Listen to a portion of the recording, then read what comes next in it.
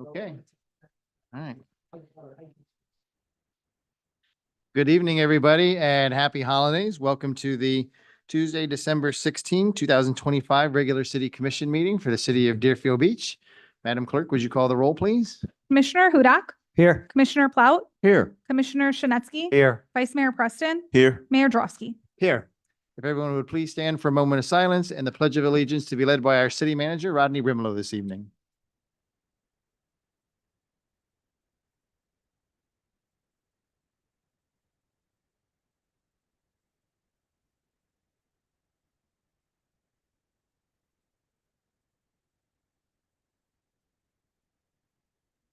I pledge allegiance to the flag of the United States of America and to the republic for which it stands, one nation, under God, indivisible, with liberty and justice for all.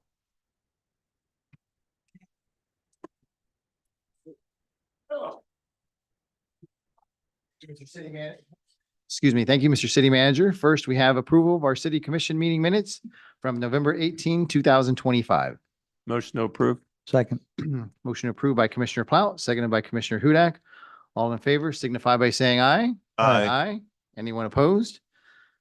Let the record show unanimous consent. Next, we have acknowledgement of our city board minutes from the Education Advisory Board meeting of November 5th, 2025, and the Community Appearance Board meeting of November 13, 2025. Motion to approve. Second. Motion approved by Commissioner Hudak, seconded by Vice Mayor Preston. All those in favor signify by saying aye. Aye. Aye. Aye. Anyone opposed? Let the record show unanimous consent again. Next, we have approval of our agenda for this evening, December 16, 2025. Motion to approve. Second. Motion approved by Commissioner Plout, seconded by Vice Mayor Preston. All those in favor signify by saying aye. Aye. Anyone opposed? Let the record once again show unanimous consent. Madam Clerk? For those attending via Zoom online wishing to speak under public comment on an item that's open for public input, please click raise hand at the bottom under the reactions tab, and your audio will be unmuted when you are recognized by Mayor Drosky. For those attending via Zoom by telephone, please press *9 to raise your hand, and your audio will be unmuted when you are recognized by Mayor Drosky. Please make sure your audio is unmuted on your end by pressing *6. Thank you. Thank you very much. Mr. City Attorney, item number 1. Item number 1 is a certificate of appreciation presented to Oliver Congo Crisostomo Sanchez for the installation of the mural at the Leo Robb Gymnasium. That's why I had you read it. So I caught it. just pronounce the name. Yes. I have a little bit here. Mr. Power, did you want to come down first, or do you want me to, while you're coming down, I'll read what I have and then you can present. I see Oliver online. So give me 1 second. So Mr. Sanchez was awarded one of 2 Centennial Mural Project bids by the City Commission to design and install a decorative mural at the Dr. Leo J. Robb Jr. Gymnasium. He has now completed the mural, which enhances the facility and illustrates a beautiful story of our city, its residents, history, and natural environment. The city extends its sincere appreciation for sharing your talents with our community and creating such a meaningful and vibrant art piece in celebration of our 100 year of incorporation. Mr. Power? Thank you, Eric Power, Deputy City Manager. I just wanted to thank Oliver, who unfortunately couldn't be here with us tonight, but for what's such a wonderful job, and to remind everyone that this Friday morning at 9 a.m. will be our Centennial Garden ribbon cutting ceremony, and right after that, we'll be walking to the mural to for everyone to look and see and enjoy the mural that's just next to it. Excellent. Thank you. We're going to end the 100-year celebration with a bang this year. So that's this Friday at 9 o'clock a.m. Over at Oviedo McKeithen in the front by the basketball court, Exactly. correct? Yes. Right. Oliver, would you like to say, I see you're unmuted. Would you like to say something this evening, please? Hi, good evening with everybody. I just gonna try to be shortly my speech. First, nothing. Thank you to the community, to the board, and to the city for giving me this chance to give you to you my art and all the facilities to be part right now. I feel I'm being part of the community of Deerfield Beach because I put my art in your beautiful city, and now I just wanna that you know that I'm really grateful. Everybody, all the city, all the people that was walking around, give me good comments. All the people that work in the build where was installed the mural, and they was really happy with this piece. So that makes me really happy. One more time, thank you. Hope in the future maybe we could work together again. And that will be really nice. Thank you. No, thank you very much. If anyone has not been to Oviedo McKeithen and seen the mural on the gymnasium, I suggest while you're driving around, you take an opportunity to do so. It's absolutely magnificent, and you can't miss it as you're coming in into that complex. It is certainly a great addition. So thank you again. We really appreciate that. You're not here this evening, but we have a certificate for you, suitable for framing, which Mr. Power will get to you very shortly. Mr. City Attorney, number 2. Item number 2 is a certificate of recognition presented by Captain Hoffstein to BSO law enforcement staff. Captain, come on down. Must be a short one tonight because it's usually full for these presentations. I'm always short. Good evening, Mr. Mayor, Mr. Vice Mayor, distinguished commissioners, Mr. City Manager, and citizens of Deerfield Beach. I'll make it as brief as I can, but it is my honor, and I do have important things to share with you regarding this outstanding individual here. Step a little closer here. This is Detective Roberto Ramon. We are very proud of our district's special behavioral response team, which is unique to our Deerfield Beach district. Our Deerfield Beach district was the first BSO district to volunteer for the Sheriff's Co-Responder Pilot Program, which embedded a mental health clinician with a sworn deputy specializing in behavioral health cases. When the pilot program moved on to other districts, we recognized the value of this model and its effectiveness. We created the agency's first and only dedicated behavioral response team here in Deerfield Beach, which has established a holistic methodology to address behavioral health issues within our community. This includes valuable partnerships with Henderson Behavioral Health, Deerfield Beach Community Cares, and other vital community partners. This model has been so effective it is being replicated and expanded agency-wide. Now, while you may have the most state-of-the-art high-performance race car, it is useless without a talented and capable driver behind the wheel. Detective Ramon is that driver.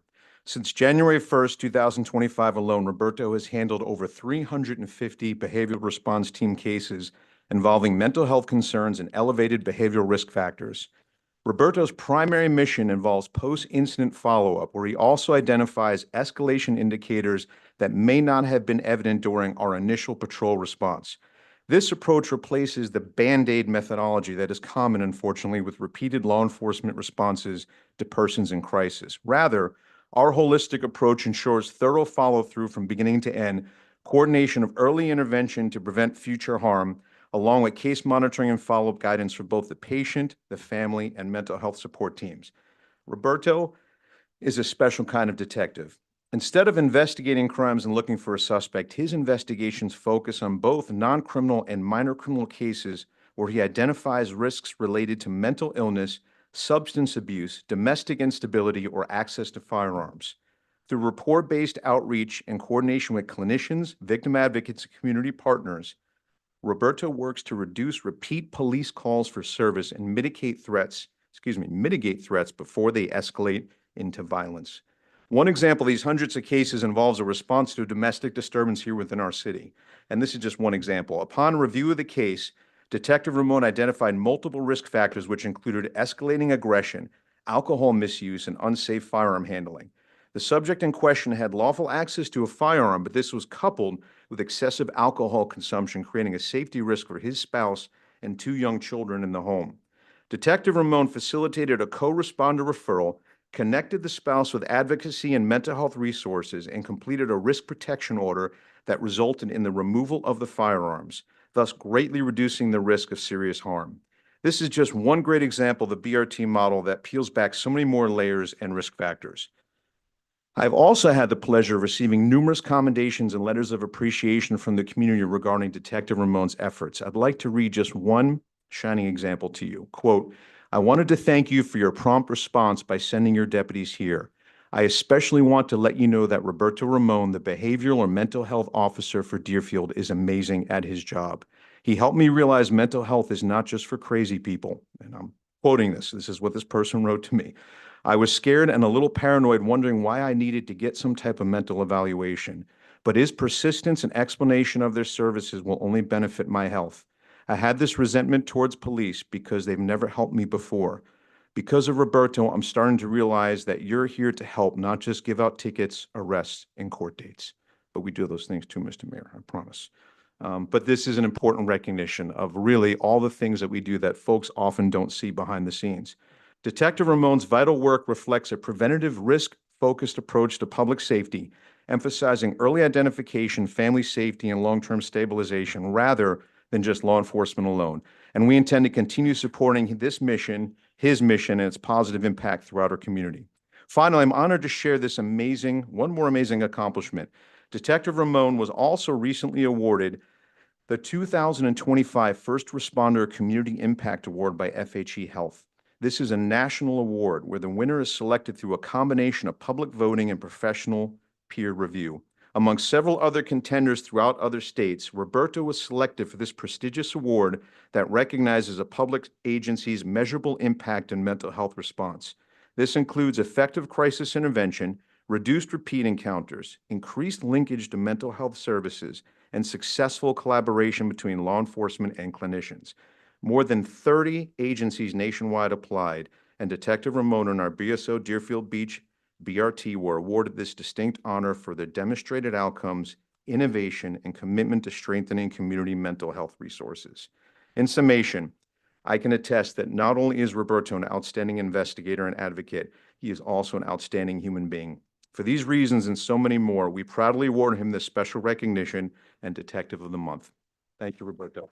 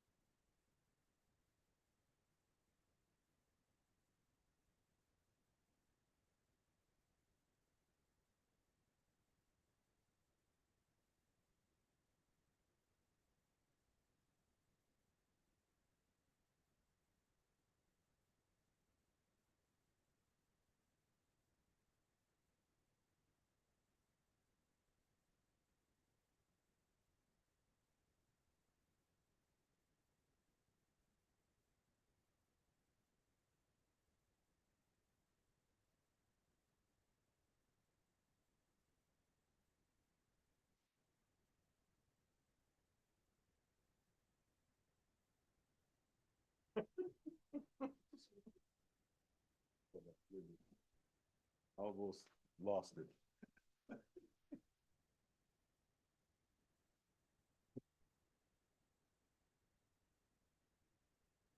Hey, Mr. City Attorney, we're up to number 3. Item number 3 is a resolution of the City Commission of the City of Deerfield Beach, Florida, approving the Deerfield Beach Affordable Housing Advisory Committee Incentive Report for fiscal year 2024-2025, authorizing submission of the incentive report to the Florida Housing Coalition and the Florida Housing Finance Corporation, providing for implementation and an effective date. Welcome, Mr. Salas. Hello, how you doing? Jonathan Salas, Director of Community Services. And tonight, the item that I have before you guys is the Affordable Housing Incentive Strategy Report.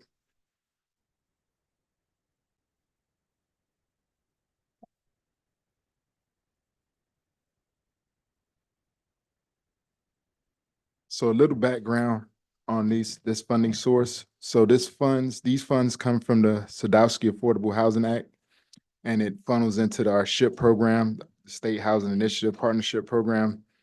And through these funds, the city receive an annual allocation. An annual allocation is anything over 300,000. This past year, we received 660,000, which triggers this report that has to be done annually.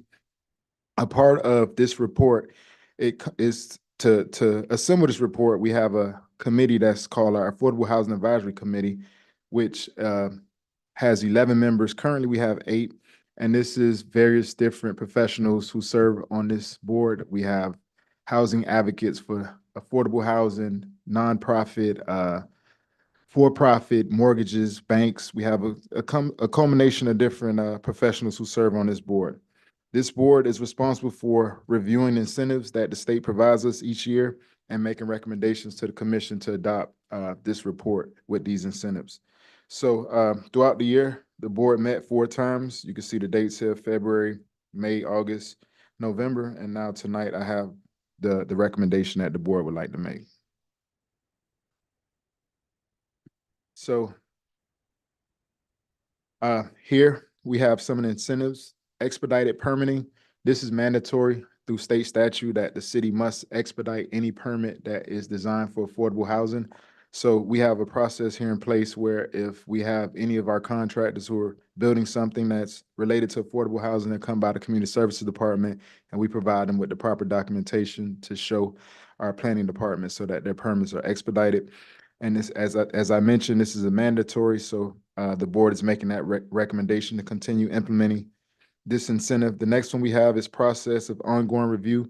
Similar to what the board has done all year, it's important that we continuously review our processes to make sure that we're not creating any loopholes or making it difficult for affordable housing. The goal is to always make the process as simple as possible. This is another mandatory one, so you'll see that the board is recommending to continue implementing this one. This third one we have is public land inventory. This is one we adopted about 2 or 3 years ago, which the city, we have a list of all of our vacant properties that is suitable for affordable housing. And the board is asking that we continue implementing this particular incentive as well. Moving along, we have density flexibility. The board is asking that we continue to implement this one, and this allows for us to increase our density for affordable housing if a project is related to create more units in the space. Flexible lot configurations. This is another one that the board would like to continue to implement. We have support of development near transportation hubs, which this is something we advocate for each year to continue this, and the board made the recommendation. So excluded incentives, these are the ones that we've excluded, and we've excluded them for numerous reasons. Some of these contradict state statute, some don't align with the city charter. So the first one we have here is fee waivers for affordable housing. No action at this time. The board is not making any recommendation. Reservation of infrastructure capacity, no recommendation at this time. Parking setback requirements, which we all know we have parking issues in the city, no action at this time. Modification of street requirements, no action. And ADUs or affordable accessory residential units, no action at this time. So that concludes my presentation on the incentive report. At this time, are there any questions? Any questions for Mr. Salas? I don't see any lights. Thank you, Mr. Salas. Appreciate that. This is a public hearing. Anyone from the, Madam Clerk, did anyone sign up for item number 3? Anyone in the chamber would like to speak on item number 3 this evening? Anyone on? Come on down, Mr. Bennett. Madam Clerk, is there anyone online in the wings? Okay. Go ahead, Mr. Bennett. Name and address for the record, please. Brian Bennett, 650 Southwest 14th Place, Deerfield Beach, obviously. Thank you, Mr. Salas. As the current chairperson of the Affordable Housing Committee,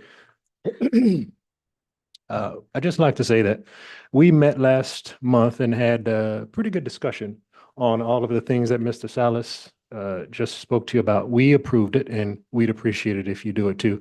By the way, we could not have gotten through all of those issues without Mr. Salas's help. He does an excellent job. Without him, that would have been a mess. I mean, it was very involved. As you know, Ben, you sit on the board also.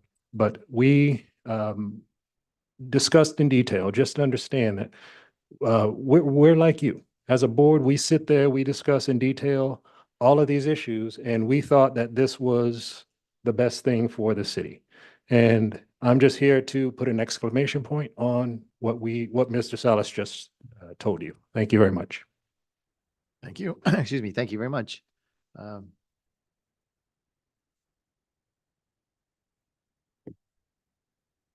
Mr. Scott, go ahead. Terry Scott, 180 Southwest 3rd Avenue. When you hear something like this in our city, I would say amen. It is something that we need more of, and thank God for that committee having such a ideal to bring before this commission. And I would ask this commission to please help us out with that. Now, when you want to really talk about affordable, we have a chance to bring obtainable affordability to the city of Deerfield. And I'm talking about real affordability. And even to construction workers or general contractors that don't have to wait in long lines, and their permits don't have to go here, there, and everywhere, and they still left in the dark. This will give us a chance to move in a greater way in this city.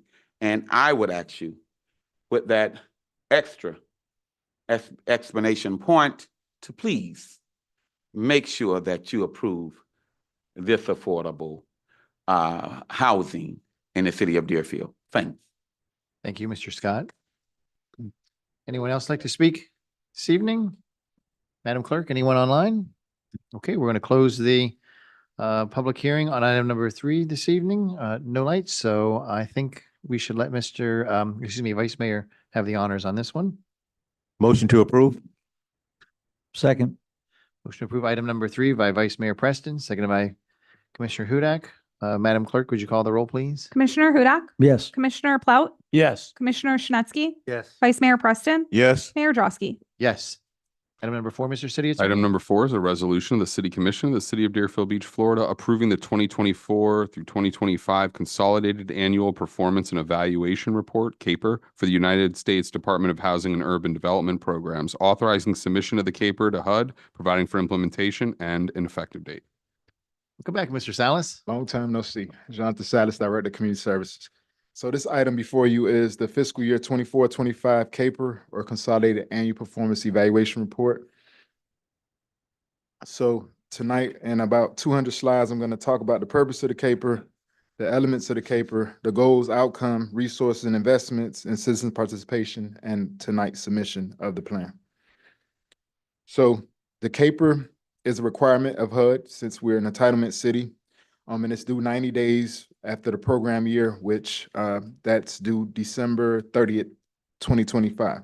So the purpose of this is to just give an update as to what was accomplished based on the goals that were established in the consolidated plan as well as the annual action plan.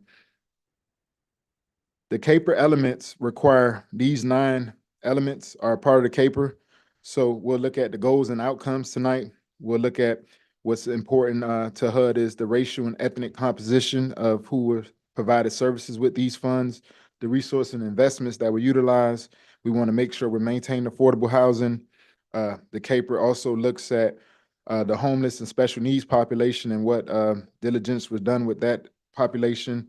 It looks at public housing, other actions that we're taking, how we're monitoring our programs, and then it looks at CDBG as a whole. So the goals, this is the 4th year or the final year of the current consolidated plan, which is from fiscal year 20 to 24. and the 24-25 action plan. And in our action plan, our priorities were as follow: increase affordable housing, and in this order, provide for infrastructure improvement and increase access to public services. So priority one, increase to access to affordable housing. You'll see with our homeowner rehabilitation program, we assisted 10 low to moderate income households, and we expended just about 680,000. Through our purchase assistance program, we hit some snags here. We were only able to assist one household at 70,000. And some of the challenges that we're facing right now is the price of the homes with a family that's considered low to moderate income. There's a challenge. It just doesn't balance off too well right now. So you have a family of four, trying to purchase that first home, and the price of that home and the salary that they're approved for based on their income, it doesn't align. So we're having challenges there, and we're working with HUD as well as our other municipalities to see what they're doing to address this situation that we have. So priority two was infrastructure improvements. Again, as a part of the infrastructure improvement, we had two tranches of funds that we allocated towards our sidewalk improvement project. So the first tranche was from our COVID-19 funds, which we all know we had COVID-19 funds, and with those funds, we assisted with home utility assistance. We did utility assistance, mortgage assistance, and rental assistance.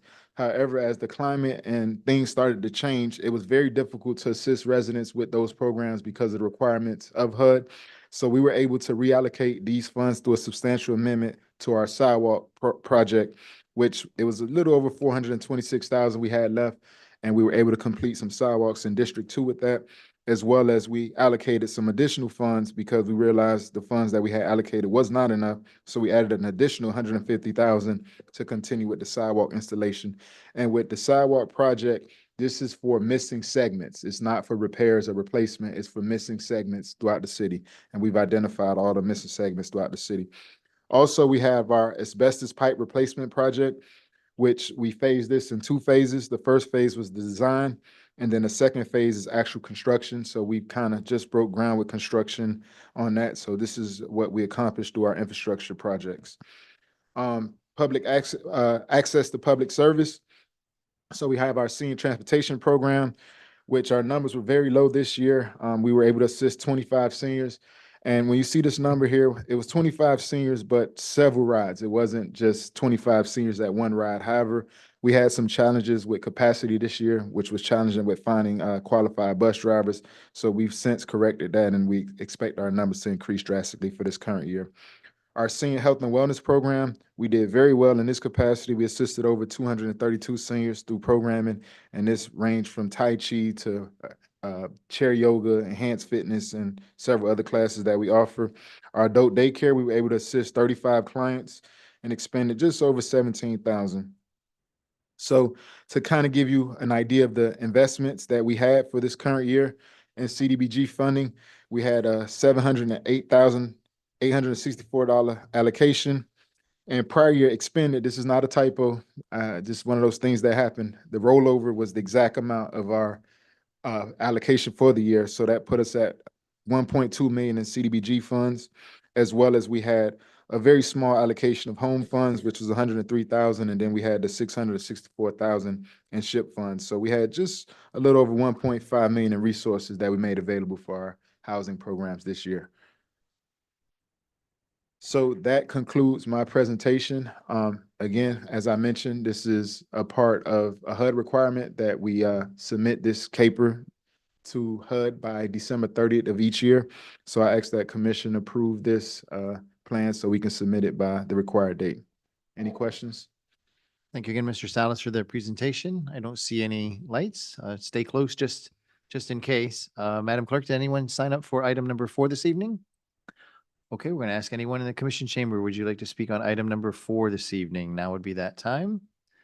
Madam Clerk, did anyone raise their hand online? We're going to almost close the public hearing. Mr. Freitag? I heard the gentleman, Mr. Salas, talk about Name and Roger address, please. Freitag, 418 Southeast 2nd Street, Deerfield Beach, Florida. Sorry about that. Mr. Salas spoke about District 2. I'm wondering about the other districts. There are sidewalks that are not completed in District 1. I understand from what Mr. Salas said, this is only for completing sidewalks that have been started or perhaps were started 30 years ago and weren't completed. If you look at the post office on First Street in District 1, you'll see just such a sidewalk. So I'm just curious if any of the money is going to go to any of the other districts, including District 3 and 4. Thank you. Thank you very much. Anyone else would like to speak on item 4 this evening? Madam Clerk, last chance for online. Okay, we're going to close the public hearing. Mr. Freitag, Mr. Salas is on the side if he can help you out real quick. Otherwise, Commission, Motion to approve. Second. motion to approve item number 4 by Commissioner Hudak, second by Vice Mayor Preston.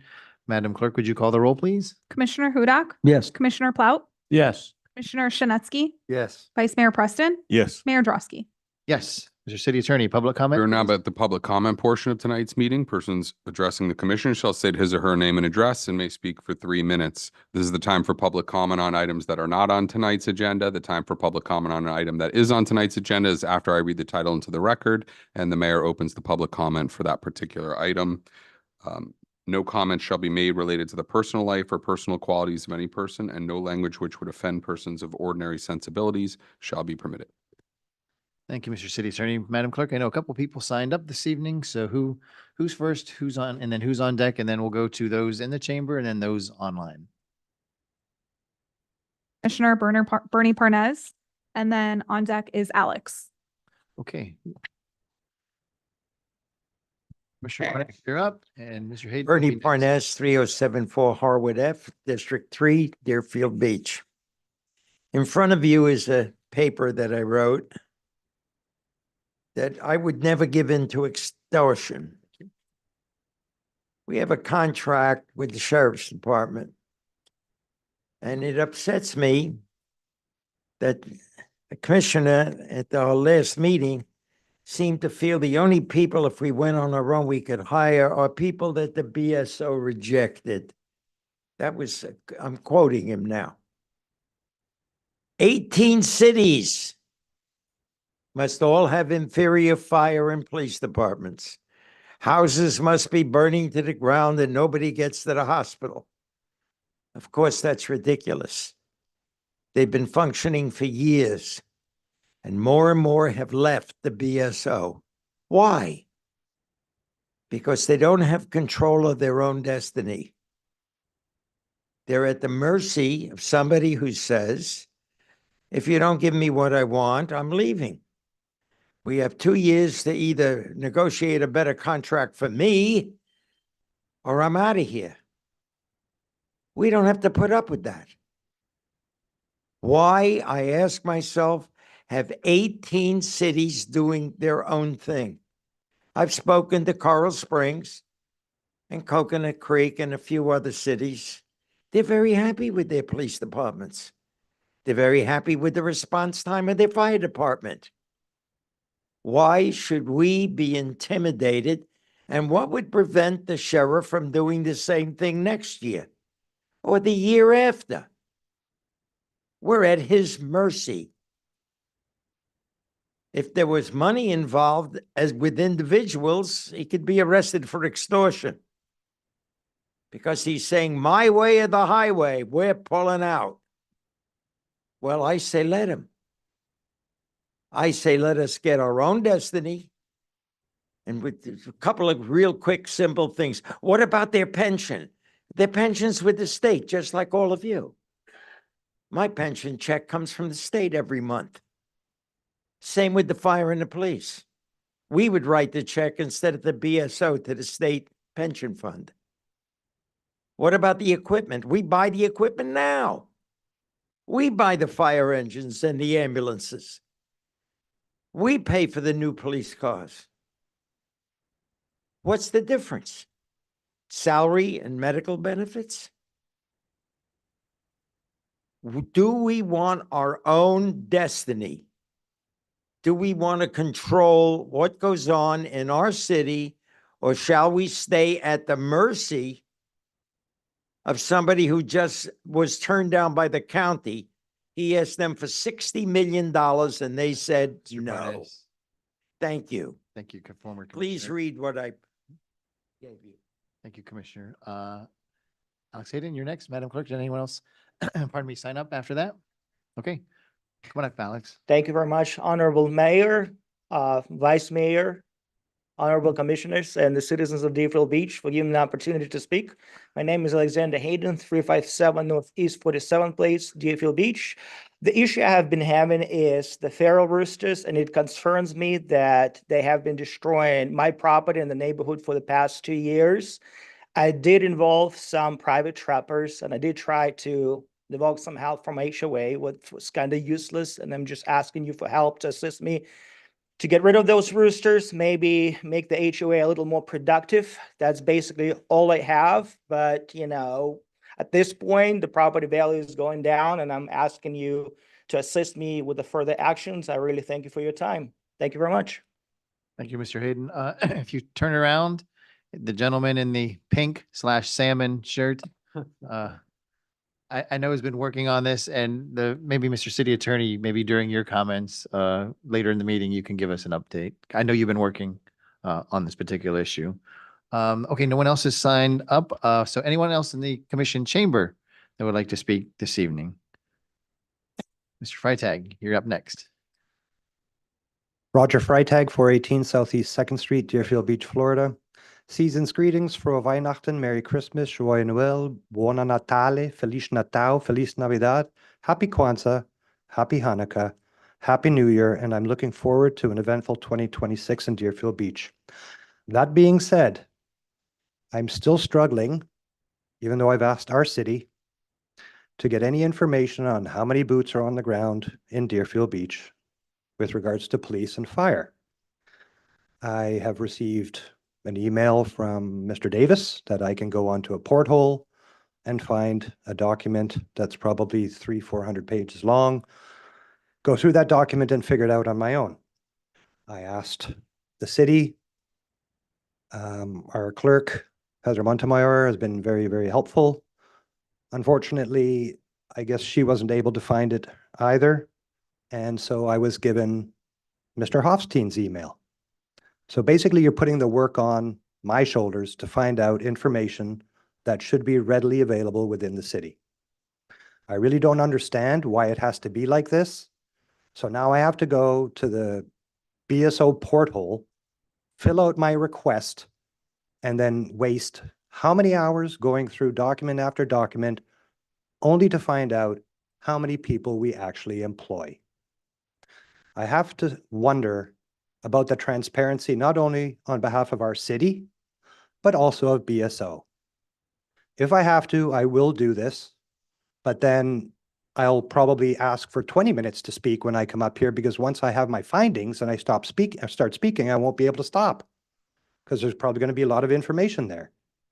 I would seriously appreciate it, either the city manager or somebody within the city who can provide me with this information so that A, I can educate others, and B, I can sleep well at night knowing that finally someone has provided me with the information. Thank you so much. Thank you, Mr. Freitag. Madam Clerk, do you have Mr. Freitag's email and phone number? Okay, thank you.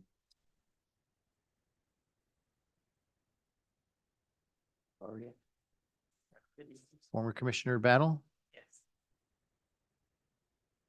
Gloria Battle, 1240 Southwest. Come on, boys. 1240 Southwest 6th Way, Deerfield Beach, Florida. Before I begin, happy holidays to everybody. Certainly I'm missing all the parties, I know, because I've been down with this flu. Just need to, for a point of information, we're having some problems over in District 2 with driving schools using our streets to teach driving lessons. I need to know who I need to point people to or who I can talk to about what's going on. One in particular, Cantor, I don't think is permissible, but they're doing it. And the other day, the lady called me and she almost got hit because they were trying to teach the drivee how to do a 3-point turn on a city street. Just point me to the right direction and I can get the information to the citizens. Thank you. Mr. Power, would that be? I'll direct her to you. You can pass her along. I don't know who answers that question. So Mr. Power, just wave your hand, come on back. And If it's not It- you, just please. On the public streets, it's allowed. If it's in a private area, Ms. Battle, Commissioner Battle, then it would be a problem. But on the public streets, the businesses can operate the student drivers on the They can public do the streets. student drivers. The student Now, drivers. the question was, if something happens, say to a mailbox. Commissioner, why don't you Yeah. Yeah, slide over yeah, there and then we'll, Yeah. no, it's the other way. He's over. Okay. Anyone else in the commission chamber? Go on down. Go on down, Dean. Dean Cowan, 3250 Southwest Second Court. As our city continues to move forward in a lot of different directions, one thing we have to do is start thinking new. That starts with our codes and our compliances that we have here. I served on the Code Enforcement Board many years ago. Both you and I had black hair back then. It's changed. Unfortunately, most of the stuff that we adhere to today hasn't, and the way of living has changed. We're looking to help other people, and with the housing and everything else, it's necessary. We need to be able to do more. But we need to be able to do it more at a convenient style, understanding today's world. Back when my neighborhood was built, most people had one car. Now there's multiple families living there. It's not being addressed. And this is something that needs to be taken seriously because we're edging backwards on it. We're harming people. We have a governor that's trying to put forth to help people that are homesteaded. Our city's going to scramble to figure out how to not spend money that they maybe shouldn't have spent before. But this also starts with looking at ourselves and looking at the perspective of what can we do to help the people that live here. I've been a resident here since 1990. I started coming down here since 1979. I understand the area. I understand the challenges. I see the needs, but we are not addressing them quick enough or basically some at all. We have code enforcement that goes through, they look at the books and this is what it is. This is what it is. And the average answer you get is, well, that's just the way it is. I don't agree with that. I think we can do a lot better. I think it's time to assemble a board that would help put some things right to help each and every district grow and do better so we can be one city, which is what we are supposed to be. And it doesn't matter what district you're from. We should care about each and every district the same. We haven't been doing that. I believe the time is now to start doing that going into the new year. Thank you. Thank you, Mr. Cowan. Can we close that commission chamber? Just the echo comes in here. I'm sorry. Anyone else inside the commission chamber would like to speak? Madam Clerk, anyone online? Former State Representative Gwen Clark Reed, go ahead, please. Thank you, Commissioner. No extra pay for that. Gwen Clark Reed, 1430 Southwest Sixth Way. It's been like over 3 weeks now that I have reported, I reported it to my Commissioner, Preston, and about potholes on Northwest Second Avenue between Northwest First Street and Hillsborough Boulevard. There are 2 potholes there that are just getting bigger and bigger and bigger. In fact, that whole road between First Street and Hillsborough Boulevard needs to be repaved. So I'm hoping that before the new year, somebody gets that done, because other than that, cars are gonna get messed up, and I'm sure they're gonna come to the city. I know if it's my car and it gets damaged, I'm gonna be coming to you, asking you, why haven't you fixed those potholes? So would you please look at that street and fix those potholes? Thank you. Thank you, former state representative. Mr. City Attorney, could you delegate someone to respond to that, please? I think you mean Mr. Brimlow, What did I say? dead city attorney. Oh, I'm sorry. Yes. I only do potholes on Looking at you, Monday. but I guess I was looking at you, but meant him. I'm sorry, Mr. City Attorney. Yes. We've got it. I've got it noted. Okay. Madam Clerk, anyone else signed up online? Okay, last chance for inside this commission chamber. We're going to close the public hearing, and Mr. City Attorney, we will do items 5 and 6. Okay, so we're now at consent board appointments, items 5 and 6.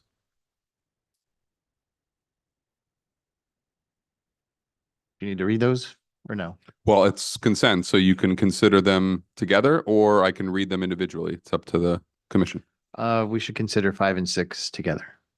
Okay. No lights for my colleagues? Anyone in the commission chamber would like to speak on items number 5 or 6 this evening? Madam Clerk, can't tell Mr. Fred, are you stretching or coming to speak? And just let us know which number, please. Number 6, as this was brought up once before, I believe in the last commission meeting, I would just like to check and make sure that the people who are being appointed, Miss Tanya Heck and James Kahn, I just want to make sure that they live in the district that they are going to be appointed to. Thank you. Thank you, Mr. Freitag. But yes, it's on the backup online. They're both District 4 residents. Madam Clerk, anyone online on items 5 or 6? I don't see anyone else rushing the podium. So Commission, I'll close the public hearing on items 5 and 6. Commission, we're voting on 5 and 6 together. Motion to approve. Second. Motion to approve by Vice Mayor Preston, to approve 5 and 6, seconded by Commissioner Hudak. Madam Clerk, would you call the roll, please? Commissioner Hudak, Yes. Commissioner Plout, Yes. Commissioner Shinetsky, Yes. Vice Mayor Preston, Yes. Mayor Drosky. Yes. Now we're on to the regular consent agenda, Mr. City Attorney, 7 through 17. Yes, we are now at consent. Agreements and expenditure requests, items 7 through 17 are currently on consent. Okay, so before we start, is there any of my colleagues that would like to discuss any items 7 through 17? Okay. Just 1 second, Commissioner Shinetsky, just want to make sure no one else lights their lights. Okay, which number or numbers would you like to talk about? 11 and 14, make a comment. Okay, so let's start with number 11 then, please. And then we'll go to public comment next on 7 through 17. So item number 11, please, Commissioner? Sure. Item number 11, I spoke with Jonathan Salas and I spoke with our city manager. One of the items is for funds for Fire Station 4, and I'm definitely in favor of that. But I also made it very clear to both the city manager and Mr. Salas, and also I spoke to the mayor, that Fire Station 66, which is right outside Century Village, needs to get funding, whether it's the county or the state. And I know we couldn't do it this year, but I really implored to have it in 2027, and Jonathan will look at that. The reason why is because with the Southwest 10th Street project starting at the end of next year, they're going to break ground. That area is going to be very, very busy for the fire station. And I've spoken to the fire officials. They've been very gracious, the staff, to speak with me. And they said that the best scenario would, of course, be a new fire station, but sometimes you have to put lipstick on a pig. And I understand that, it's a Band-Aid approach, but several items. Fire Station 66 needs a new rescue truck, another rescue truck. The bunks, where when it was built in 1974, it was just men. It needs more bunks for both men and women firefighters, very important. The bathroom, I know they did a little renovation on some of the pipes, but the bathroom, I'm told, is not working well at all. That's important. Also, the exercise area, it's so small that it's almost non-existent. To maybe do some expansion to at least get a little area where they could do exercise, because I'm told that it's really almost obsolete. The other thing, and I saw this with my own eyes, outside, there's no outside lighting. And last night when I came home, and I live in Century Village, and I went by West Side, it was dark. That fire station is dark. So I think it's very important to get outside lighting. The other thing I was told, in speaking with our fire personnel, it needs pressure washing and maybe also a paint scheme update. So I think that's very, very important, because it's going to be definitely used, and whether we go with our own fire department or whatever scenario is happening, we want to make that fire station as nice looking as possible so that we could at least attract the best personnel. I think that's important. The other thing on 11, and again, I had spoken to the city manager on this, with the FAU Research Park, not the infrastructure, but the streeting, they're going to update it. And that's great. That's wonderful. But I just want to put in the public consciousness, because 3 years ago, we did a referendum on FAU Research. Hopefully by the spring of 2026, we'll get a decision on, number one, who the main client is, because we have no idea who the main client is for the FAU research project, who's going to be manning the building, or if more time is needed. So I just want to put in the public's consciousness by hopefully March or the spring of 2026, we'll have some sort of better decision on the FAU research area. So that's number 11. Thank you. Okay, and number 14? All right, number 14 deals with the putting a modular building for our ocean rescue team. I think it's about time. I think it's been several years that the facilities, and I took a tour of the facilities in April. They were gracious enough to show me the facilities for ocean rescue. It's been several years already since it really needs something done. I've been reading the backup and I understand the urgency, but I'm just curious. There was really just no bidding done on this, and I'm just curious on that. Just want to bring that out. No bidding was done. The other thing is the importance of ocean rescue. It's a national champion, so they deserve the best. This really puts Deerfield Beach on the map, our elite ocean rescue team. And I know my fellow commissioner, Mike Hudak, he's stressed that they're national champions and what a big honor it is for the city. And he has been stressing to get some sort of plaque or commemoration for ocean rescue team. So I was speaking with our city manager, and he said that in building the pier on the western entrance side, they're going to be putting a plaque commemorating our Deerfield Beach Ocean Rescue National Champions multi-year. So I just want to bring that up on 14. Great, thank you. I don't see any other lights from my colleagues, so we will go to public hearing on items 7 through 17. Anyone inside the commission chamber would like to speak on any of those items? Madam Clerk, is there any hands online?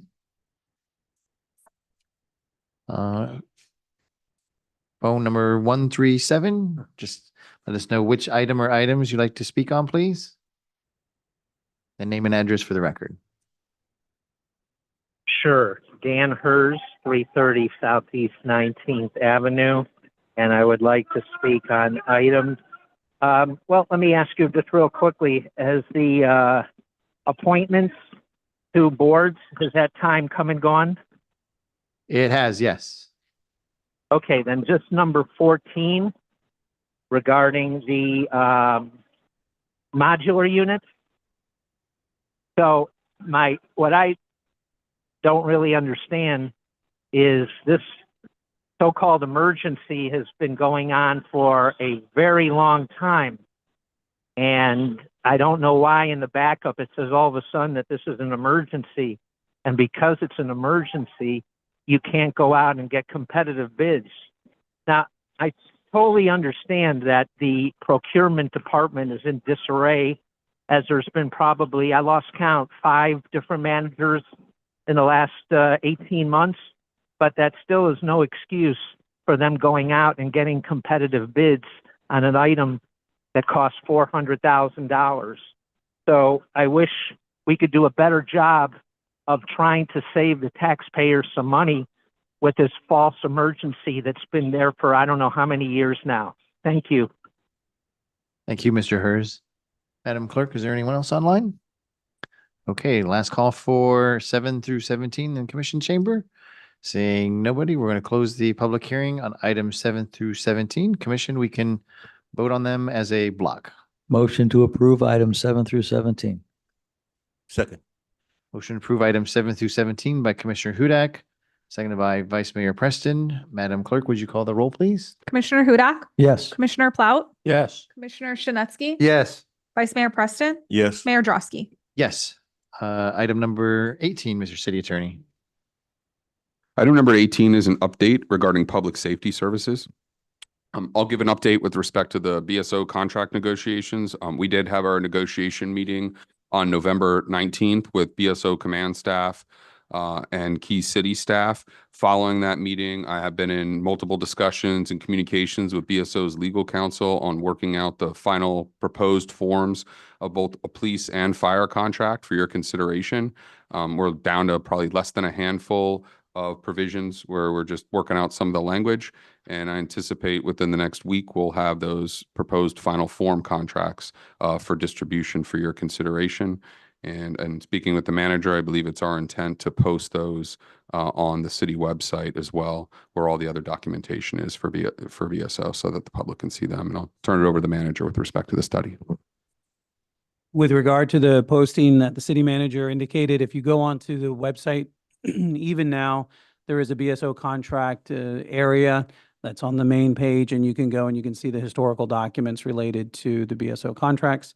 The consultant that we have is compiling all of their information to presentation format for the January 6th meeting, at which time we're prepared to present the best and final offer from BSO and the contracts and the contract final form with the language that the city attorney and I have been discussing back and forth with BSO, and he's been working with their legal team. So those will be presented both anticipated on the January 6th commission meeting. Okay. We are now at comments by Oh, no, I have a couple. Oh, I'm sorry. Nice try. Commissioner Shinetsky, you had your light on first, followed by Commissioner Hudak. Thank you. I spoke to the city manager. He's been wonderful. You know, he always meets with me, answers my question, and I really appreciate that. I just want to bring out one of the questions I'd asked was, have we gotten a bill from BSO? You know, we started transition October 1. It's already mid-December. Has a bill been sent? And I was told no bill has been sent. So I just want to make the public aware of that. You know, it's been, I know every month I get a bill, right? So it's been almost, I guess, 2.5 months. No bill has been sent since the transition. So I just want to bring that out. Thank you, Commissioner. So I think I heard BSO send the bill to Commissioner Shinetsky. That's Sure. Yeah, sure. that's what I heard. Commissioner Hudak? Thank you, Mr. Mayor. On April 1st, 2021, the city of Deerfield Beach entered into 2 legally binding contracts with Broward Sheriff's Office, one for law enforcement services and one for fire rescue services. Both contracts were set to run through March 31st, 2026, and each included a provision limiting annual cost increases to a maximum of 5% over the previous year. Both parties negotiated in good faith and adhered to the terms of that contract until June 23rd, 2025, when BSO unilaterally terminated both agreements. The stated reason for the termination was this commission's refusal to approve cost increases of 10.3% for law enforcement and 11% for fire rescue, which exceeded the contractual limits. It is important to note that BSO offered no negotiations whatsoever regarding fire rescue increases. With respect to law enforcement contract, BSO's only proposal to address the financial discrepancy was a reduction in staff levels rather than negotiating costs within the contractual parameters. After this commission approved the fiscal year 2026 budget, which included funding sufficient to cover the previously demanded increases, BSO provided a letter rescinding its termination of the contracts. When I asked the BSO manager whether rescinding the termination meant BSO would honor the terms of the April 1st, 2021 agreement, he stated that it would not. Instead, BSO's position was that by approving a budget containing the increased amounts, this dais had effectively agreed to the higher costs, and BSO therefore rescinded its termination letter. For clarity, the dais approved the budget solely to ensure that funds were available, as the city no longer had an active contract with BSO at the time. Approval of the budget in no way constitutes agreement with or acceptance of the increased rates outlined in BSO's consideration letters. At the request of this dais, BSO was asked to submit the best and final offer to the city manager and city attorney prior to this commission meeting. As you've heard, we have not received that contract yet. On Friday, December 2nd, however, I did receive a hand-delivered envelope from BSO containing Exhibit B for both law enforcement and fire rescue contracts, each with an end date of September 30th, 2026. At that time, I presumed that these documents were BSO's final offer as requested. I have directed the city manager to post both Exhibit B's documents on the city's website to ensure transparency and allow all residents to review them. As I reviewed the proposed fire rescue contract submitted by BSO, I realized that the agreement does not use costs from the prior contract as the baseline. Instead, it establishes an entirely new contractual relationship and effectively requires the city to accept BSO's year one invoice as definitive and non-negotiable. The contract states that the city agrees to waive the cost increase cap for year two of the agreement and goes on to state the year two salary expenses increase specifically calculated for this city is currently projected to be approximately 4.74%. Now, I'm not sure what currently projected to approximately be, but I, for one, want a little bit more specifics in any contract that I approve. This structure represents a fundamental departure from the cost control provisions that governed our prior agreements and raises concerns regarding both fiscal predictability, long-term affordability for the city. As I reviewed the proposed law enforcement contract submitted by BSO, a similar concern arose in that the agreement does not use the cost from our previous contract as a baseline, but instead establishes a new contractual relationship. As stated in the contract, the year one and year two consideration pursuant to this agreement includes salary range adjustments in accordance with salary and compensation studies conducted by BSO, should these adjustments be implemented. The salary expense increases specifically calculated for the city under this provision is currently projected to be approximately 10.88%. Again, this approach represents a departure from the cost containment framework of previous agreements and presents significant budgetary implications for the city. So as I understand these contracts, the city is agreeing to pay BSO whatever charges they provide us. There are no caps, only approximate projections. But if the projections are off, the city has no option but to accept the expenses or submit a termination letter. This is not an agreement or a contract for a partnership. This is demand letters. I have some questions for our city attorney. What have been the costs for law enforcement and fire rescue for October and November since we have entered the transition period? I guess Commissioner Shinesky has already answered that one. We haven't received any bills, so we have no idea. Is that correct? We have not received a bill. The contract provides that the compensation shall be based on actual costs. But we have not received a bill, so we have no idea. To my what knowledge, that's actual correct. costs We have are. not received an invoice from BSO for services that commenced on October 1 and thereafter of this year. Now, previously, we negotiated 5-year contracts. Why are these contracts only a year and a half in length? Well, first, I know you all were delivered Exhibit B. It's my understanding of the contract. There's, it's a component of the contract, but it has a bulk of the terms in it on Friday. I don't think that's the latest version that I've been going back and forth on with their counsel. So I just wanted to note that. What specifically would you like me to answer? Why is this contract only 1.5 years when our previous ones were 5 years? So what I've been working on with BSO's legal counsel, based on our negotiation meeting, is a 4.5-year contracts. And the reason why they're 4.5 years as opposed to 5 years like they have been previously was to get the city aligned more with the cycle with most other cities with the fiscal year. As you recall, our contract expired on March 30, or set to expire, then instead of the traditional September 30th. Okay, as we have been going through this, we all know that this is potentially a large undertaking should we decide to bring police and or fire in-house.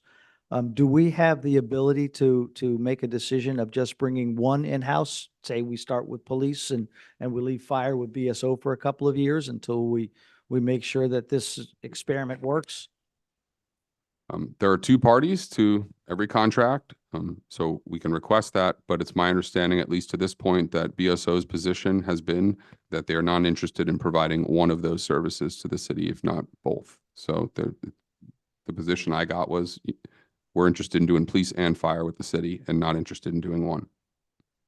So if we made a choice to bring we don't have the option then to just bring one department in. We have to either bring both or leave both with BSO. Is at this point is what you're saying. BSO's latest position and representation to me is that it's basically all or nothing, that we'll move forward with, we're ready to move forward with both contracts, but we're not interested in moving forward with one. So any further question, that's all I can answer to you. Would have to Okay. be directed And- towards BSO for an explanation. And legally, they're okay to do that. I'm asking. Well, I mean, like I said, there's two parties to every contract, so we could just not come to an agreement on both contracts. Also, BSO theoretically could change their position and say we would be interested in doing one of those contracts. But right now, they're not interested in keeping one of them and having us bring one in-house. That's my understanding. That's what's been represented to me. Yes, Commissioner. Okay. The delay, again, we were supposed to have their numbers today. We haven't had a bill yet. So now we've got to wait until January 6th. So now we're losing another month to make a decision. Should we decide to bring both police and fire in-house, what is a realistic deadline that we need, a drop dead date? Because again, it's going to take a while for us to prepare for, and when I say us, I mean the city manager and the director of safety. I mean, this isn't a 6-month project. This is, a 1.5-year project as far as I see a minimum. Do we have a deadline of when we have to make a decision? I'm going to defer to the city manager on that because that's more of an operational. Based on my conversations with staff and the capacities we have in all of the departments, January would be the deadline. So We would need to know by January if the commission's desire is to bring police and or fire rescue in-house. We would need to know that in January to have sufficient time on the remaining part of the transition period. If it's past January, there's a great deal of risk, and we also don't want to compromise our process if that's the desire of the commission. We don't want to compromise the process by rushing through some of the aspects of onboarding a substantial number of employees. So if BSO does not give us the financial numbers before the January 6th meeting, in time for you guys to do the cost comparison and all of that stuff, we're going to have to make a blind decision. Well, you have the consideration numbers. Those are the numbers that we're going off of. Those are the ones from May, the letters from May. Those numbers still stand as an option for the city. The parts that are being worked out right now between our legal and BSO's legal have a lot to do with the particular language in the contract itself, language that covers what is or is not capped in years to come. There are some parts of that in the final form need to be made known to the commission so that you make an informed decision about it. So just as an example, we've mentioned this before, something like healthcare costs would no longer be capped, whereas in prior years it had been capped at 9%. That will no longer be capped. And then there will be post-employment benefits also will not be capped, where that was also part of the 5% cap in years prior. So there are things in the final form once we get there that are differences that the commission would need to be advised of, informed of, in order to make a decision about how you want to proceed. But in order to have the requisite amount of time to stand up a police and or fire department, if the commission chooses to come to do that in-house, January is really the cutting it to the end of when that decision needs to be made. So basically what you're saying is right now, BSO's best and final offer is 11% for fire and 10.3% for police based on those consideration letters? And that's over what the 2025 costs were? Correct. Thank you, sir. Anything else, Commissioner Hudak? Commissioner Schnetsky, do you want to speak again? Yes, sir. Thank you. Thank you very much. Former commissioner had given wrong information. Basically, he said that I had seconded a motion to totally agree to BSO's original offer of 10% or nothing, and that's wrong. If you look at the tapes, it's wrong. What I seconded was a 2-year extension offer to at least discuss an extension. Now, Pompano Beach was very, very savvy. What they did, they put in a 1-year extension, got approved. It gives them more time because they'll be able to get all their information from their 2 consultants. And if they do have to go to transition, it'll be after 1 year. So what I'm asking is this: one option we have is to maybe negotiate for an extension, whether it's a year or 2. Is that plausible? It would give us more time to get our consulting figures, to get BSO's final offer. And even if we want to quote merge regional with Pompano or any other city, we would know what their information is, because by April, they'll have all their information. So we'll have more options. Is this something we could look at? Maybe doing a 1-year extension? That's a question. Is that something we could throw out? Give us more time to breathe and more time to analyze the information and more time for the public to absorb this information. We need all the information, both sides. Is that something that's an option? I will do whatever the will of the commission is to do. What I'm saying is that if you want to stay within the provisions of the contract that exists right now, my conversations with staff and our consultant is indicative of January as being when a decision is the best time for a decision or the latest time for a decision. We're already 3 months in. As has been mentioned, we don't know even what the actual costs are because we have not even received an invoice. We should have received 3 invoices by now. We have not received those. The costs that are being presented to you in January are essentially the numbers that you saw in May. Those numbers for fire rescue have not changed. I think Commissioner Hudak pointed out that there are some different staffing solutions that law enforcement has looked at to adjust their numbers. And they also looked at some capital costs, I believe, on the law enforcement side. So, but the numbers that what we're trying to nail down at this point is the final form of the contract language itself. Not so much on the numbers. We kind of know what the numbers are. BSO has been very clear about the numbers in our meetings. So it's really a lot of it has to do with the language. The packets that you received on Friday did not come from me or the city attorney, and we did not receive those. Those were sent directly to you. And those we know are not the final form because we are still in conversations about the final form of that contract. So I would caution anyone to use those documents as representative of the final form of any contract. Vice Mayor Preston? Thank you, Mayor. The optics of where we are now are multi-layered. There are challenges with just the initial part of the contract, how we began dealing with this contract, what was said, what should have happened. And we have to take that and put it all into one category.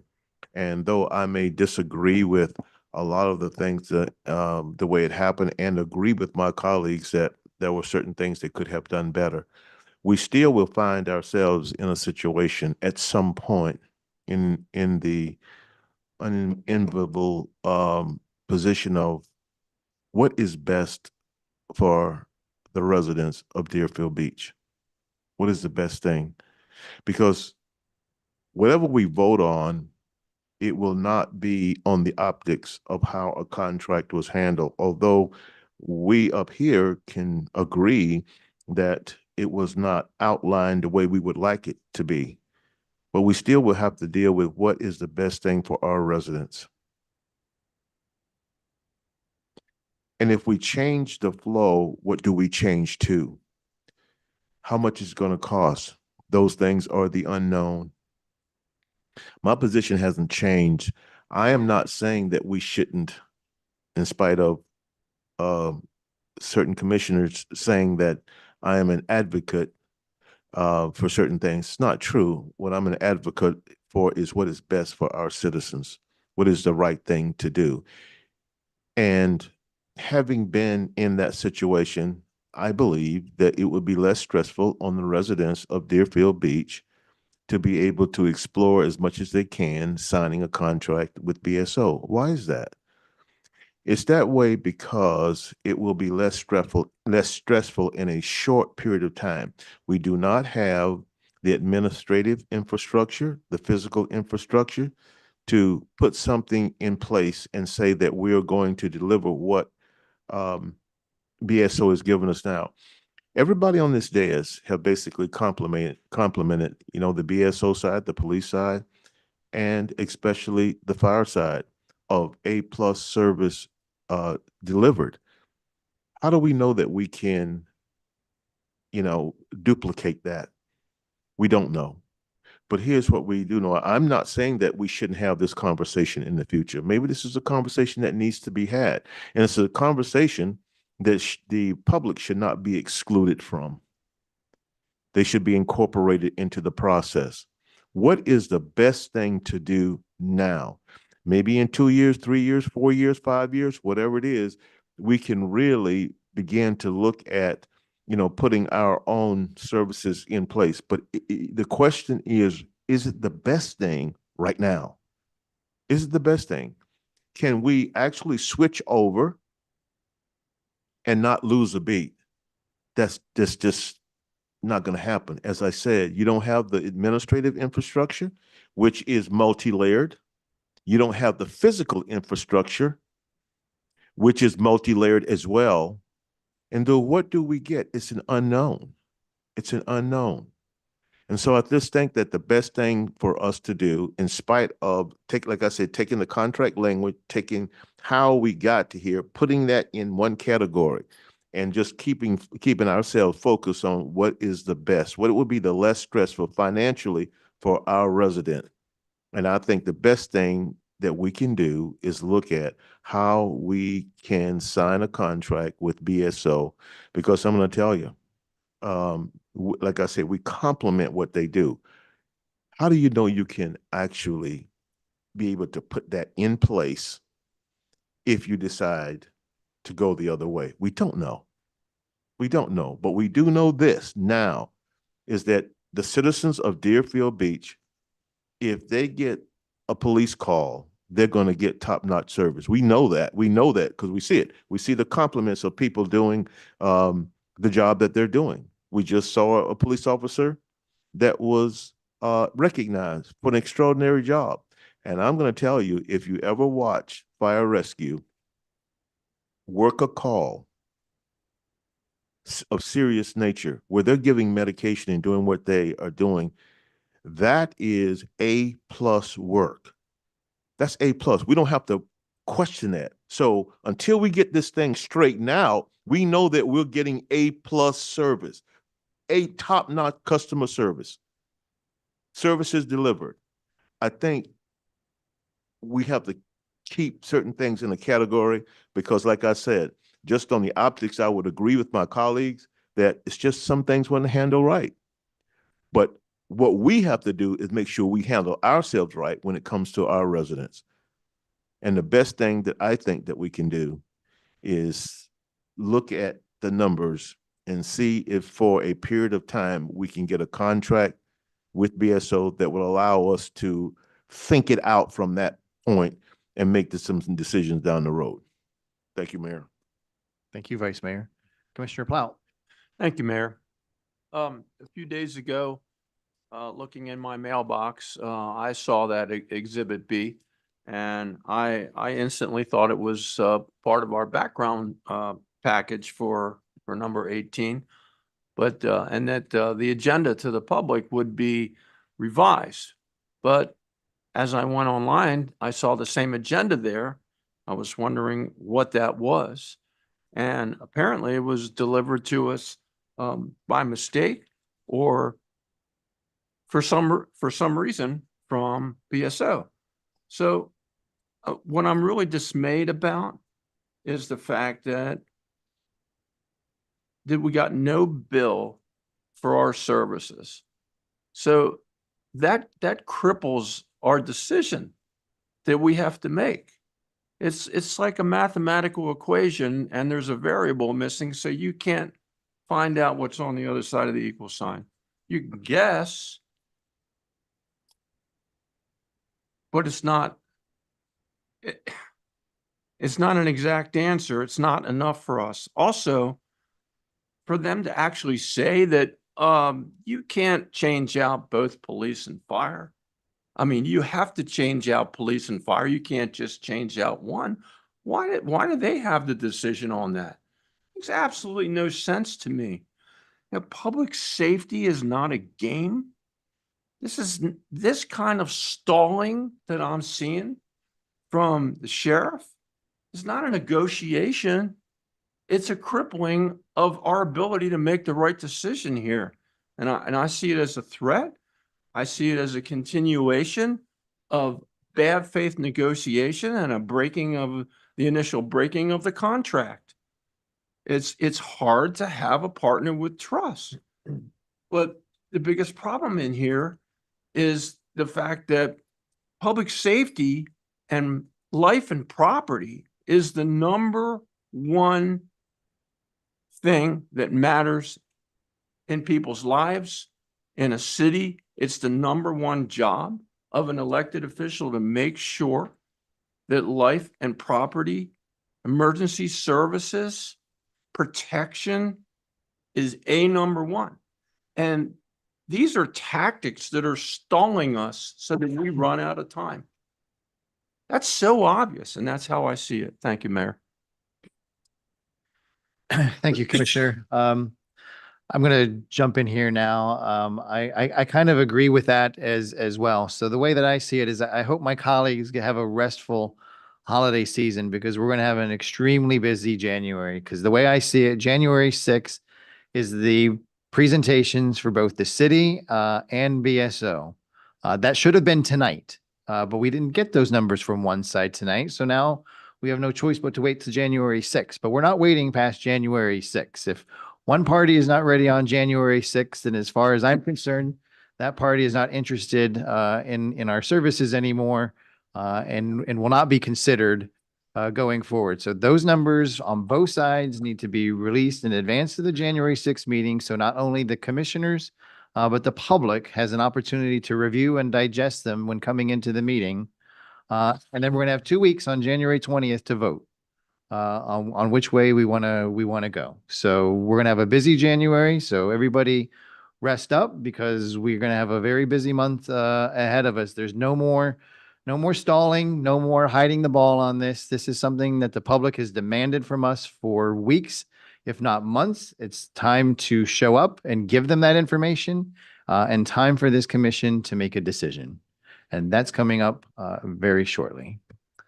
So with that, Mr. City Attorney, comments by administration and legal. Yes, comments from legal tonight. Just to follow up on the item that came up earlier, I am working with code to look at the rooster issue, evaluate what our current enforcement mechanisms are, whether they're sufficient enough to address it, or whether we potentially will propose a code change. And then also, just because it's the last meeting before the end of the year, we just want to wish everybody a happy holiday and a happy new year. Thank you. Thank you. Mr. City Manager, you have anything? Just one. Christopher, could you stand up in the back? Very good. Dr. Christopher St. Luce, he has just been promoted to our IT director. So we want to welcome him, and I'd like to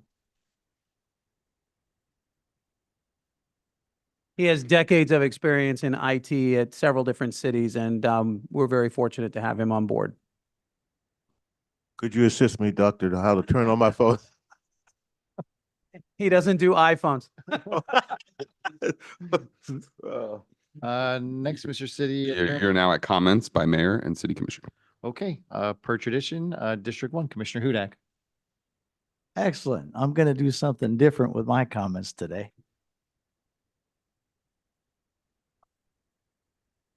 What?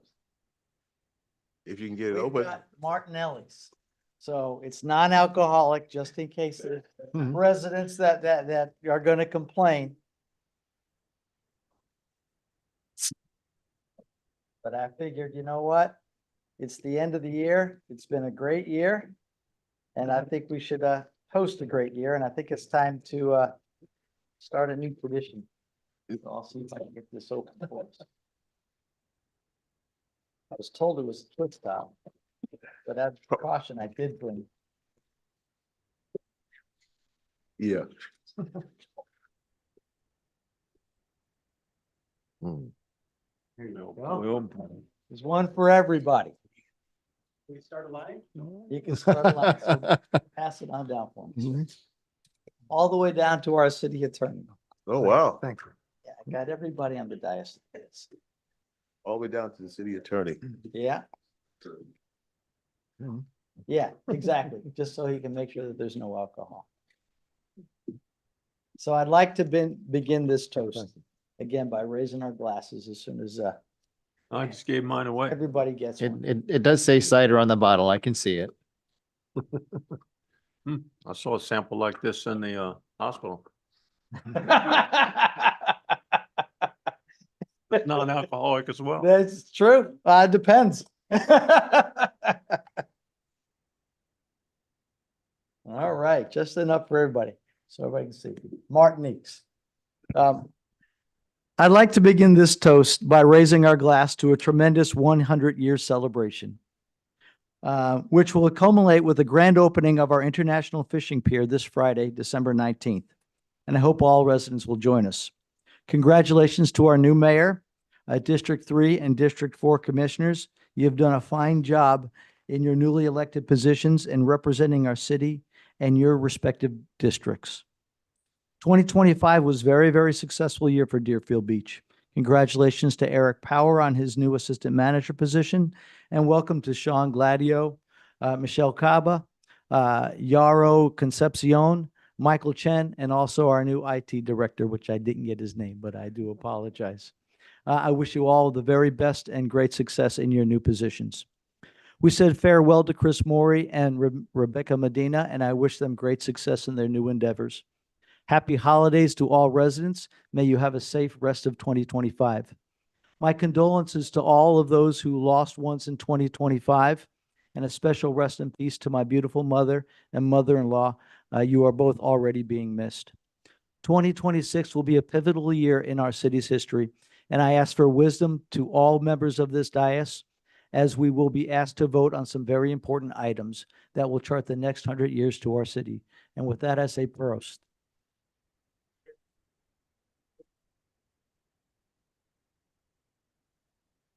That's it for District 1. Commissioner 3, good luck. It's been a very exciting year, 2025. District 3 is in excellent shape. In Century Village, the contractor and Century Village has done all the final inspections, and now it's up to the city to give the certificate of occupancy. Hopefully, it'll be any day now because the traffic is building up. All the snowbirds are out, they're here, and we definitely need for that final CO. So we're just waiting for that in pins and needles. The farmer's market that we initiated in Century Village was a wonderful success. It's going to meet the first and third Friday of every month. We had 15 vendors and it's growing. So it was a wonderful success. On December 7th, Century Village East had a craft festival. They have it twice a year. I had a table right by the entrance. I met I would say about 300 people, residents of Century Village. I got to talk to them. I had like 4 pages on the Buckygram that they signed up for. I want to say thank you very much to the staff and our public affairs office, Dave Hunts, for helping me with that, getting me the material. On December 15th, yesterday, it was a Hanukkah lighting. About 500 people were in Century Village. I got to speak to almost every single table, spoke to a lot of our residents, canvassed them, got their opinions on what they feel happening in the city right now. So that was a huge success. Century Village Master Management has approved a new sidewalk with a pedestrian entry near the east side gate. It's in Farnham P. After FDOT will hopefully be putting a sidewalk from the east side entrance on Military all the way to Southwest 10th, because right now it's a danger. People come out of the east side gate, they make a right, they want to cross Southwest 10th. It's all grass, so it's dangerous. So Master Management has approved this new sidewalk. Very happy about that. About 3 weeks ago, I got a call from a constituent that the Publix right on Hillsborough and Power Line, where the bus seats are that go to Century Village, people are smoking. So I had a constituent say, hey, you know, we're elderly people are smoking. Spoke to Publix, they couldn't do anything. I spoke to our city manager, and it's not a city, it's private property. It's not a city problem. So I contacted Kimco, who's the property manager of Deerfield Beach Mall, that area, that shopping center. And within about a week, they put a no smoking sign right where the seats are for the bus. So very, very happy. And I want to say thank you very much to, his name is Sean Whitting. He's a property manager. I want to say thank you to him. I want to give him kudos for doing that. And with Crystal Lake, a very important part of my district, they had a winter festival I went to Saturday.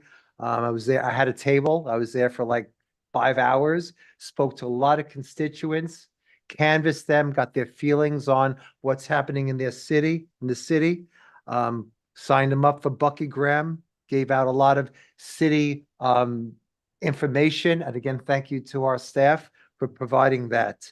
Also, I want to thank, again, I know I've done it several times, for the sidewalk on Green Road to Northwest 18th Avenue. I've seen with my own eyes children being dropped off and by the buses and placed on sidewalks. Now it's safe, and thank you very, very much. People are saying they're so happy that they could walk on sidewalks. So thank you again to the city and our city manager and our assistant city manager. When I went Saturday to the Crystal Lake Festival, they were complaining that there's a hole in the Tam O'Shanter, which is an abandoned golf course. There's a hole in their fence.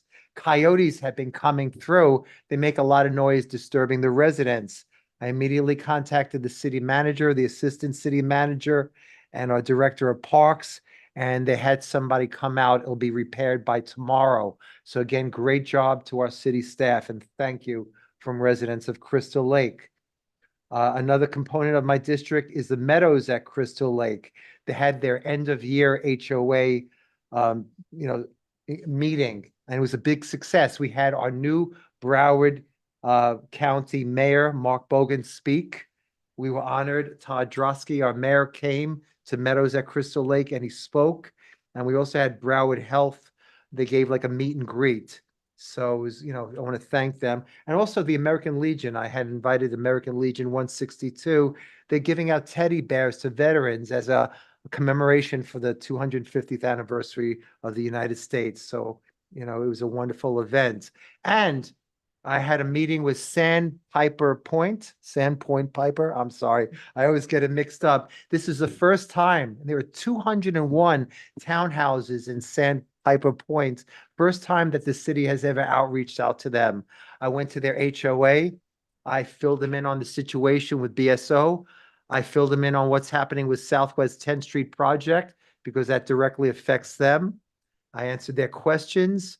And we're even handling a constituent problem concerning parking space and handicap parking. And again, thank you to our city manager and our staff. They're on top of that. So they're very pleased. And finally, I outreached to our new CRA chief and our Deerfield Beach BSO commander to discuss about possibly moving the shift for CRA policing, which now is 6 a.m. to midnight, to possibly move it from 8 a.m. to 2 a.m. because a lot of businesses, they get out, on the S-curve, the restaurants and the businesses, the parking lot, people are coming out 1, 2 o'clock. So as a safety factor.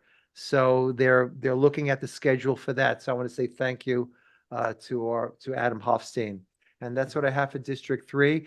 and we're going to have a fantastic 2026. And thank you for everybody. Thank you, Commissioner. District 4. But before you begin, everybody think to yourself, say 3 times in your head, Sandpiper Point, Sandpiper Point, Sandpiper Point. District 4? Like the bird. Thank you, Mayor. I'll be a little brief here. I do appreciate what District 1 Commissioner Hudak just went through, because you have to stop and think about it was our 100th year of our city, and this was quite a year. You know, my wife and I have been here since 1983, so that's 42 years that we've been here, and this entire time from the beginning, we fell in love with this city and we've watched it develop. I was proud to serve with Mr. Bennett on the Planning and Zoning Board. I was chairman for 10 years. He's been there a lot longer. So there's a lot of people that love this city. And I always wanted to get the trust of my constituents and be in a position where I could serve the city. So I want to thank everyone that has supported my wife and I in our endeavor to help this city. Pray for us that we make the right decisions on what we would like to do.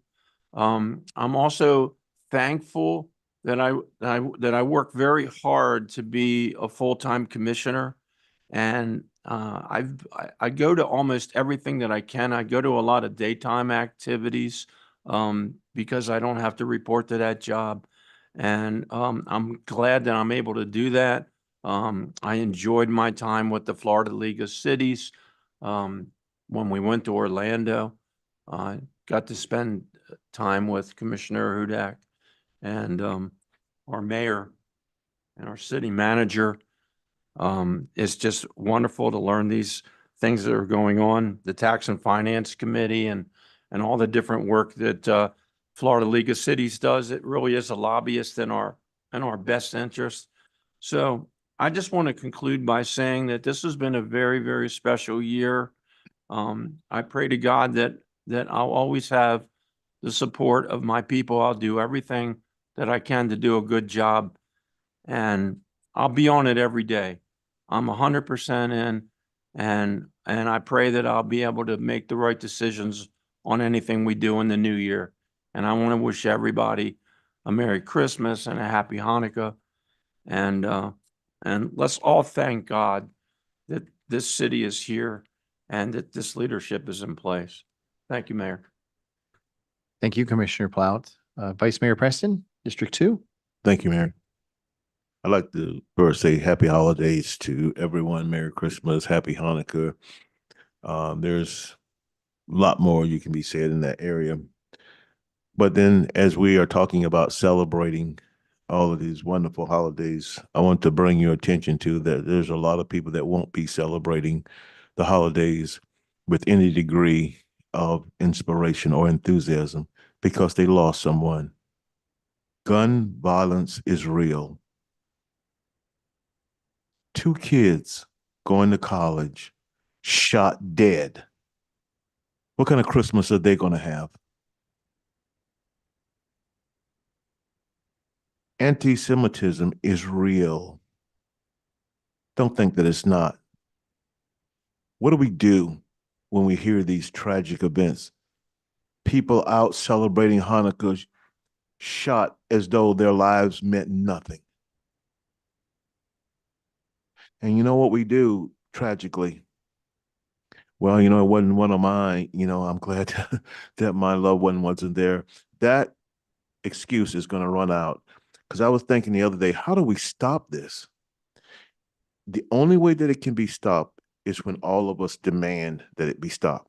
When we all band together, irregardless of race, irregardless of party, irregardless of whatever your economic status is, that we, the people, decide that we're going to stop this, it won't stop. We've come into a phase of tolerance. We tolerate it now, and we just hope that your wife or your husband or your kids is not at the store when somebody goes crazy. That's what we've done. We've become comfortable with that. We can't continue to live with that. I was hearing some people talk about it. We've grown numb to it, 15 dead, and we'll say, oh, wow, and then we'll write on, oh, who won the game the other day? We've become numb, and that's dangerous because it's permitting these kinds of things to happen over and over and over again. Please, we need to have some serious conversations about what's happening in our country and now we see abroad. Those people just shot. It's so wrong. I had the honor yesterday of going over to Century Village to be a part of the Hanukkah celebration. And I actually lit a candle. But the whole service was so inspirational. And the rabbi said something that really resonated with me. And the point is that when we see these things and they create an air of darkness in our life experience, but that we become the light. And there is always light. In each day, there's more light than there is darkness. And so we need to think about that. We are the light. So I hope that at some point, especially in this country, that we won't tolerate this anymore. Because if we band together and go to the polls and do what we need to do, we actually can stop it. We actually can stop this stuff. But we're afraid to do that. You see, because this guy's a Democrat, this guy's a Republican, this guy's, we just can't seem to get it on target to what is right. And if we allow people to be shot, kids that are going to college, you don't know if it's the last time, it will eventually get to you. We don't have the ability to be able to say, well, it doesn't affect me. It's going to get to you. It's going to get to you. So hopefully before that happens, we can have some serious conversation and decide to do what is right for all of us. Unfortunately, a firefighter that I had the pleasure of working with for many, many years, he dedicated his services to the city of Deerfield Beach. He passed away a few days ago. His name was Pat Wisniewski. You know, he was a really funny guy, had a, funny personality. And so my condolences to him, as it is for all of the people who died in these tragic events. I just send out my sympathy. The Joy Fest at Oviedo McKeithen this past Saturday was an absolute success. Pastor Harper did a great job in bringing forth that. It was, I was out there and the kids were just running all over the place, and the toys and Santa Claus coming in, dancing, and it was fun. Did you see that? You see it? Oh, I wish you could have heard the song. But it was awesome. It was absolutely awesome. Pastor Harper did a great job. And I'd like to thank our staff, Parks and Recs, for the Christmas tree lighting. It too was absolutely awesome. As one of my colleagues said, that we are in a city that's doing some good things. We have our challenges with what we agree upon and what we disagree. But make no mistake about it, the people here, and I think it's appropriate that my colleague made a toast. But did you notice he didn't say anything about the vice mayor? He gave everybody compliments. He didn't say one thing about the vice mayor. That's okay. Okay. We got the best vice mayor ever. So, it is appropriate that we have great employees. You're doing a good job. Oftentimes you're not told it enough, but you are appreciated for the work that you do and the job that you do. And I sincerely hope that you enjoy these these holiday activities and your time with your families to the utmost. And come back next year, like the mayor said, and be ready to start all over again and actually do a better job. It is an absolute pleasure to serve. There's no greater job that you can have than serve. And I appreciate it. So happy holidays to everybody. Be safe. And I hope you enjoy your time with your family. God bless.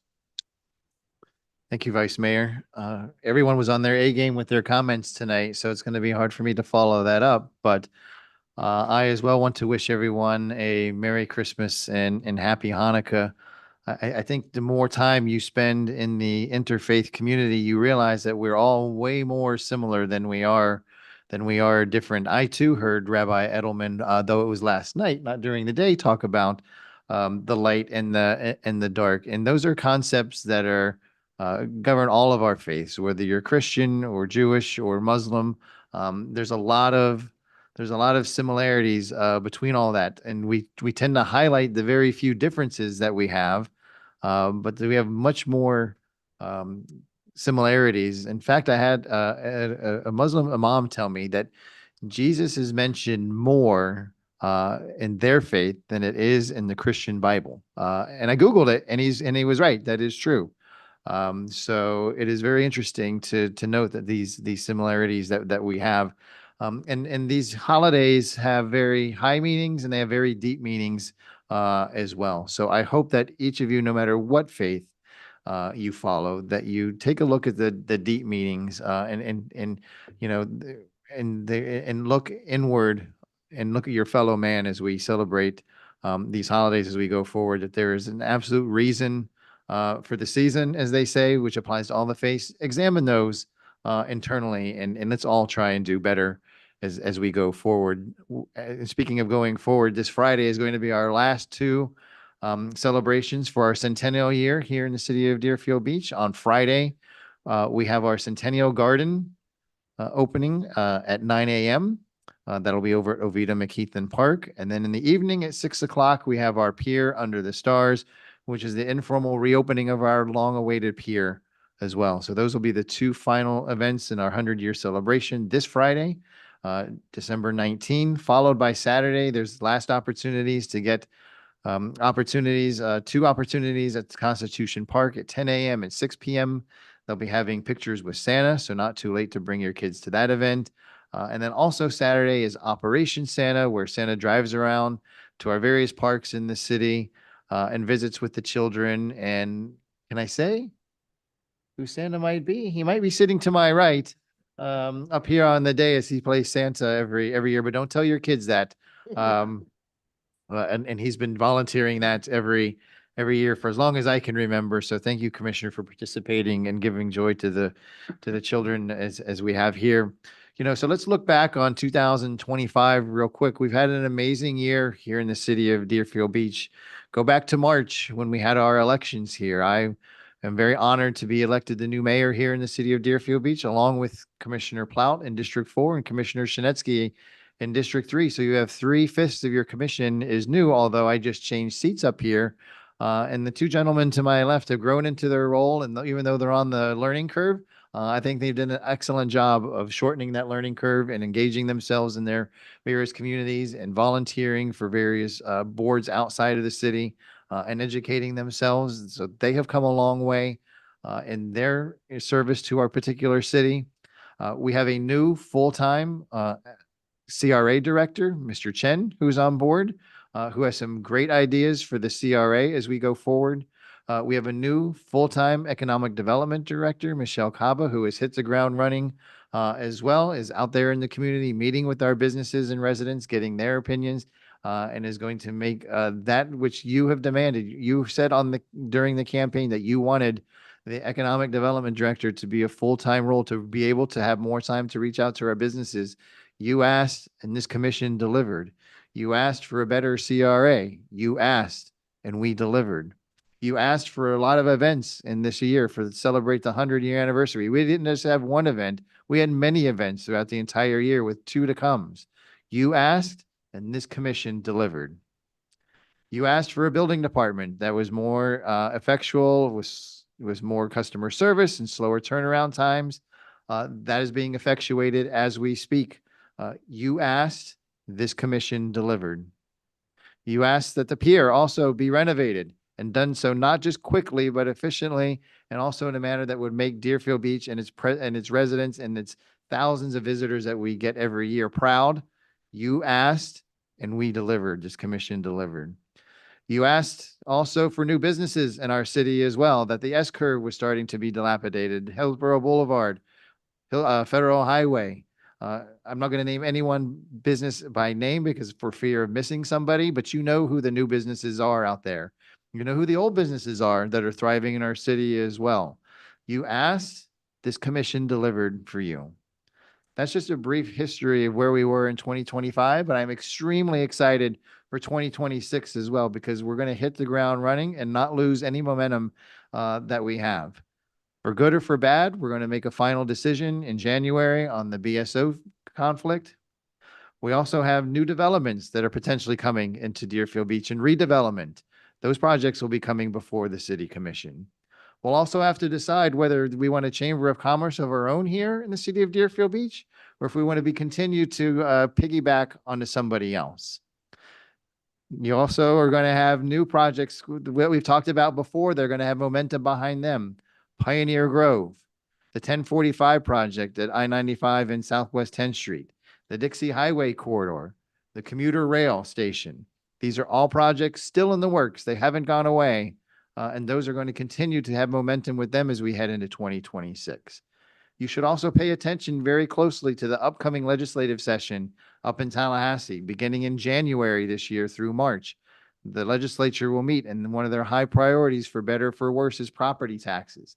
You will need to follow that and understand that if you take away property taxes from cities, which sounds good, how are cities going to then be funded, and what alternative sources of revenue are going to be put into their place? Are you okay with potentially losing your property taxes, but then having to pay a more than double sales tax here in the state? And what communities and groups does that affect in its place? So please pay attention to that amongst the other myriad of proposals that will be coming out of Tallahassee. And then we're going to close the year with an election for a new governor and new policies in the state of Florida. So that'll be in November 2026. So we're going to have a lot of issues in 2026. It will not be a boring year. I am looking forward to it. I could not have a better cast than I do with my colleagues that are up here. And I know that they all come prepared.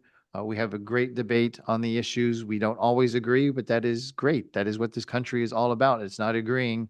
It is debate of ideas. And I know with these gentlemen, we will do that and continue to do that in 2026. So I want to thank everybody for coming to these meetings. I want to thank staff in the back in particular for being prepared and coming and taking the questions on the fly and being here to assist us on a daily basis. The employees that are not here, the hundreds of city employees that are not here, that don't get to see us. Thank you for the job that you do throughout the entire year as well. You're the one that interacts with the residents on a daily basis. You're the one that puts forth, what we do, what we vote on up here. You're the ones that are actually carrying that through. And so our job is easier when you make a good job that you do in the community as well. And to everyone else, be safe out there during this holiday season. The traffic is picking up out there. Be aware of scams that are going on out there as well. And just support your fellow mankind and be nice to everybody. And we'll come back on January 6th for our next meeting. And with that, I look for a motion to adjourn. Motion to adjourn. I'll drink to that. Motion adjourned by Vice Mayor Preston, seconded by Commissioner Hudak. All in favor, signify by saying aye.